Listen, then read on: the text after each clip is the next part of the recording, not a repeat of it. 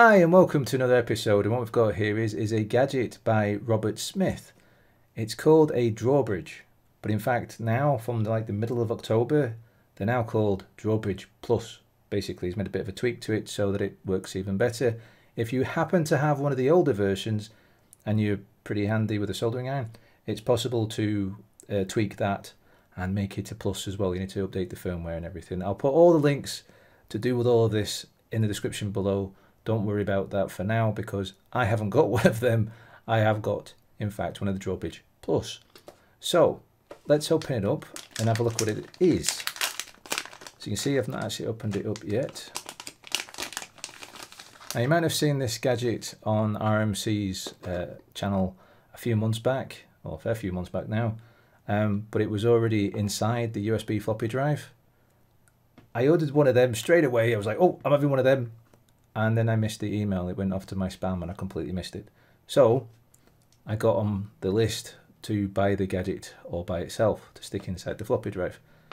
Now, from understanding from Robert's own video on how to do this, it's very easy to do. What we're doing is to try to find out how easy is it really. Oh, that went a bit out of focus, didn't it? So, welcome to your Drawbridge Plus, blah, blah, blah, in the realms of if you break stuff, it's your own tough luck. Fully understandable. He's not a company, he's just a guy that likes making gadgets and wants to help out the Amiga community. And it tells you how to put it together. This is where you get the nice little video that he's made on how to do it. But let's be honest, he's done it again and again and again. We're finding out what does a noob do when they're doing it. It still shouldn't be that difficult though. And basically it should still work. So one of these costs, what was it now, £25, and for here in the UK it's about £4 post and packaging. Your prices may vary if you're elsewhere in the world, but it's £25 to buy the gadget at the moment.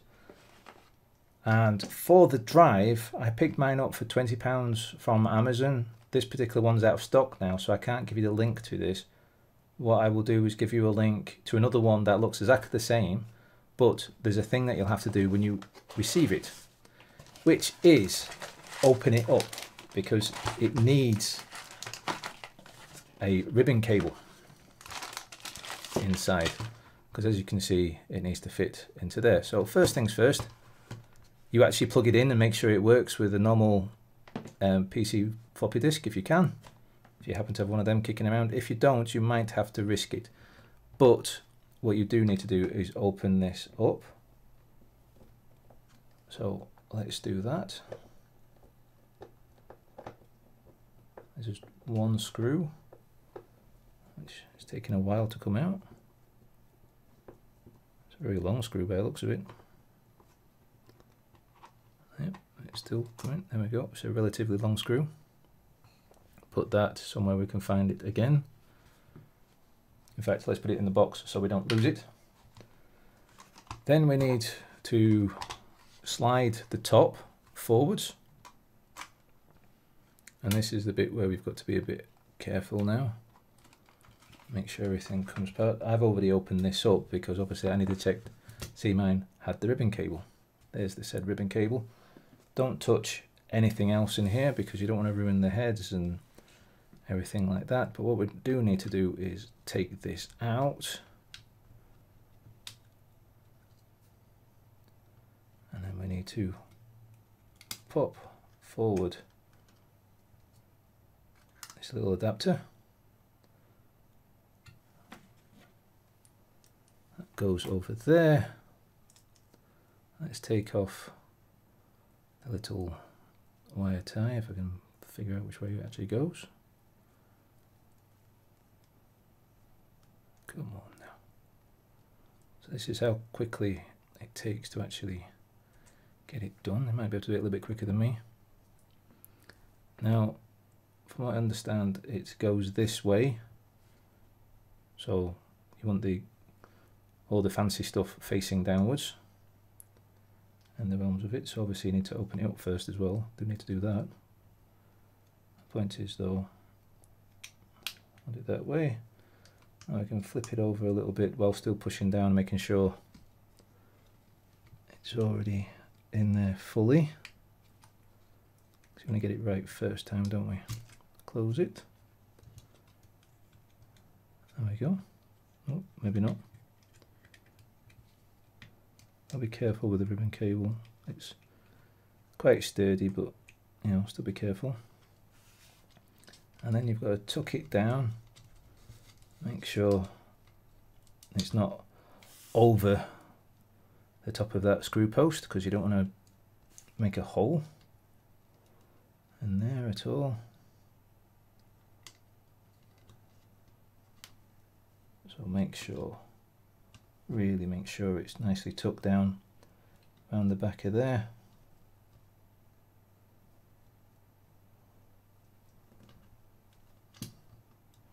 There we go, we don't want to crush the wires, but get them in there.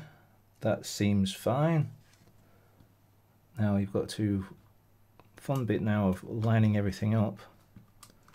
It's a bit further back because you've got to make sure that the eject button actually slides into the hole that's ready for it. Keep pushing back, squeeze everything.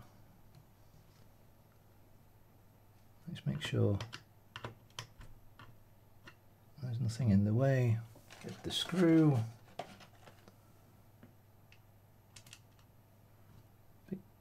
Do the thing that I always say is go back a little bit so you hear a click and then go down. Be careful because there shouldn't be loads of resistance. If you're getting loads of resistance, you're probably messing up the wires inside. And this should be pretty much it when it comes to modding the floppy drive. There we go. A few clicks and clunks on the way round. Maybe I should have done that first. But it seems fine. It's not falling to bits. I've not had to... Oh, maybe I have broken something. Oh dear.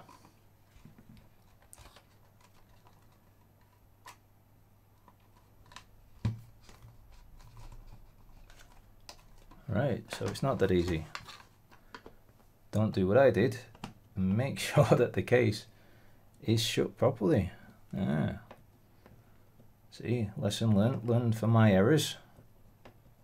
It felt like everything was down and done, but it obviously isn't. Hopefully I haven't broke any bits of plastic.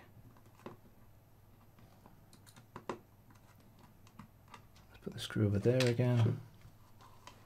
Let's try again with this.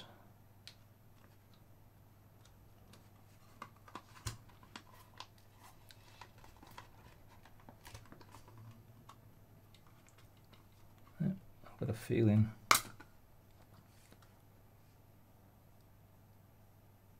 I've broken some tabs. I have. That's why it's not closing. So very easily done. Breaking the tabs at the side. They'll click down on that side. They're not clicking down this side because they've snapped off. So I'm going to have to put a dab of glue in there, but I'll do that after I know it's working.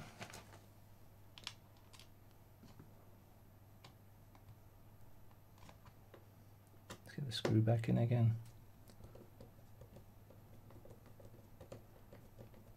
So it shows you how delicate these drives can be. I thought I was being very, well, careful with it, but I've obviously been a bit too rough with it. So yeah, I'm going to take the screw back out again, and then I'm going to put a line of glue down the edge, because basically if I need to get in here again so that I can replace the drive, I'm just going to have to break it open, which is going to have to happen anyway, because that can't be left like that. But let's plug it in and see how far we get. There is a bit of software you have to download, which I'm going to show you now. So I'll put a link to this website in the description. Basically it takes you straight here, and you'll end up being that you can watch this video from Neil for RMCs, talking about it so many months ago. But basically there's been a bit of updates and things, the project so far, you can have a read of what steps Rob took to build the thing in the first place and other things that he's brought to it since. You can build one, you can buy one, mess around with disk errors if you've got those sort of problems, and you can download. Yeah, you can download the software. You end up with a zip file, and then you can unpack it, and you end up with these files. And as you can tell, I already ran the one that ends with win, and you end up with this bit of software. And then from here, you can actually select the COM port, and the FTDI is the one that you want. And then from there, you can select disk types and things like that. And then you can save to an ADF file. You can browse and put the file where you want. So as you can see, I've already filled that out. I've already put the floppy disk in the drive, so let's tell it to start, well, for a better word of it, ripping it. So we click start. I'm just going to let this play through at normal speed so you get an idea of what it takes to rip a whole floppy. So it's chunking away there. I know it's not exactly oh so riveting, but it gives you a real-time view of what's happening. So already we've got to the 50% mark. I mean, this is miles quicker than what it was to rip on the Amiga. Would have been lovely if you could have done it this fast on the Amiga.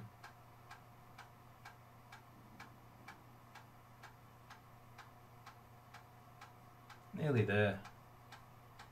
It makes a funny noise at you when it's done, and then you can see this. That popped up on a different screen for me, but there you go, 100% red, no problems at all.